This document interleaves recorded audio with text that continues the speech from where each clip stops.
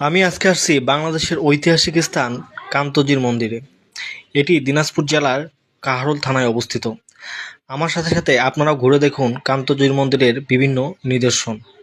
কান্তজির মন্দির বা কান্তনগর বাংলাদেশের দিনাজপুর জেলায় অবস্থিত একটি মধ্যযুগীয় হিন্দু মন্দির।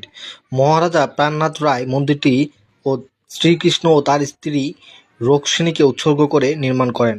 এটি নির্মাণ কাজ 1704 খ্রিস্টাব্দে শুরু হয় এবং 1752 খ্রিস্টাব্দে তার পুত্র রাজা রামনাথ রায়ের রাজত্বকালে শেষ হয়। মন্দিরটি নবরত্ন বা নয় শিখর ছিল, কিন্তু 1897 সালে সংঘটিত একটি ভূমিকম্পে সবগুলোই ধ্বংস হয়ে যায়। এই মন্দিরটি বাংলাদেশের সর্বোৎকৃষ্ট টেরাকোটা শিল্পের নিদর্শন রয়েছে। পৌরাণিক কাহিনীসমূহ পোড়ামাটির অলঙ্করণে দেওয়ালের গায়ে ফুটিয়ে তোলা হয়েছে।